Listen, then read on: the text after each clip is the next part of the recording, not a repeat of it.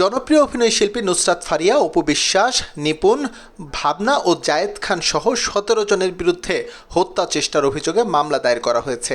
২০২৪ সালের বৈষম্য বিরোধী আন্দোলন চলাকালীন ঢাকার ভাটারা থানাধীন এলাকায় হওয়া একটি হত্যা চেষ্টা মামলায় তাদের আসামি করা হয়। সাবেক প্রধানমন্ত্রী ও আওয়ামী লীগ সভানেত্রী শেখ হাসিনা এবং তার সরকার সংশ্লিষ্ট ২৮৩ জন ও অজ্ঞাতনামা ৩০০-৪০০ জনের বিরুদ্ধে ঢাকার সিএমএম আদালতে মামলাটি করেছেন এনামুল হক নামে এক ব্যক্তি।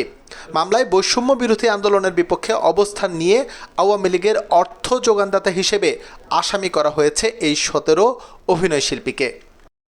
নুসরাত ফারিয়া ছাড়াও এই মামলায় আসামি করা হয়েছে অপু বিশ্বাস, অভিনেত্রী সুবর্ণা মোস্তফা, রোকেয়া প্রাচী, আসনা হাবিব ভাবনা, সোহানা সাবা, মেহের আফরোজ শাওন, জ্যোতিকা জ্যোতি, চিত্রনায়ক সাইমন সাদিক, জায়েদ খান, আজিজুল হাকিম সহ ১৭ জন অভিনয়শিল্পীকে।